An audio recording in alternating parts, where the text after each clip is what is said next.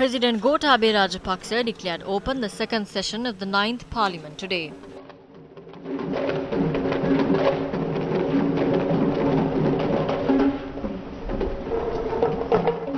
Arrangements were made to hold the ceremony in a simple manner without gun salutes or car parades.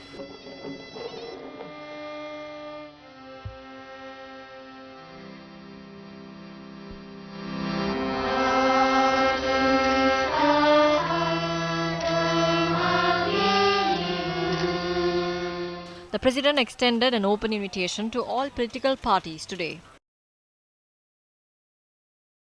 ප්‍රජාතන්ත්‍රවාදී ක්‍රමවේදය තුල ජනතා වරමින් ජනාධිපතිවරයට පත්.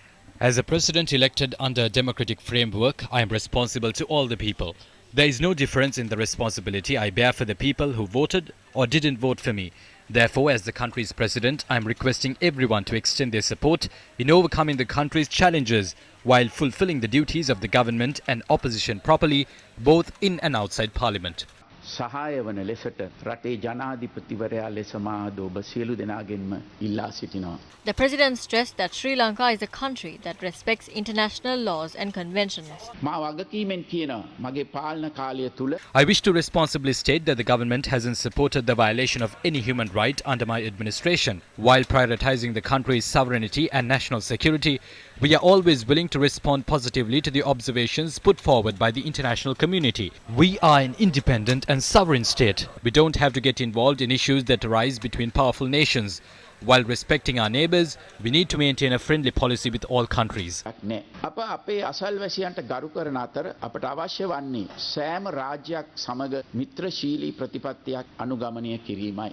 The President also commented on the government's fertilizer policy. සමහර තීන්දුව මහජන දුෂ්කරතාවයන්ට හේතු නිසා ඒවා We had to change certain decisions because it was causing inconveniences among the people. However, the government's policy on green agriculture remains unchanged. Therefore, we hope to rectify these mistakes and continue the implementation of this policy in a beneficial way. We need to engage in farming by utilizing all available lands in the country. I expect the support of the youth who love this country and those who engaged in painting murals on walls and began cultivating on barren lands in this endeavor as well.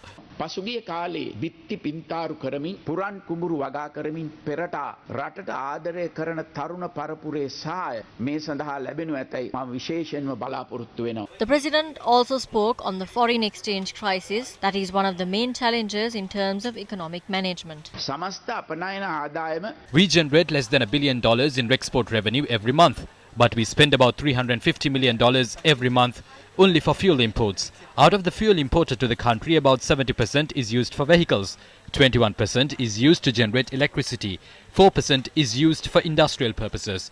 When we grant permission to import vehicles in future, we hope to give priority to electric vehicles.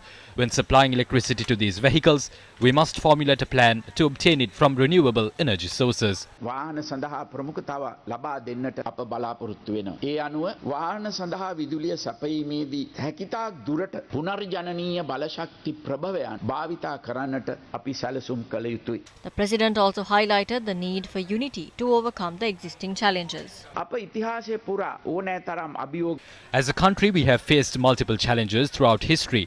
We have overcome those challenges when there was good leadership. We are capable of overcoming the current challenges as well. I am ready to provide the leadership required for that. I need the support of you and the people to implement those plans successfully. We must be responsible for the future generations. Therefore, I expect everyone who loves this country to unite and provide the support. වගකිය යුතුයි. ඒ නිසා රටට ආදරය කරන සියලු දෙනා එක්ව මේ අවස්ථාවේ ඒ සහාය ලබා දෙනු ඇතැයි මම බලාපොරොත්තු වෙනවා.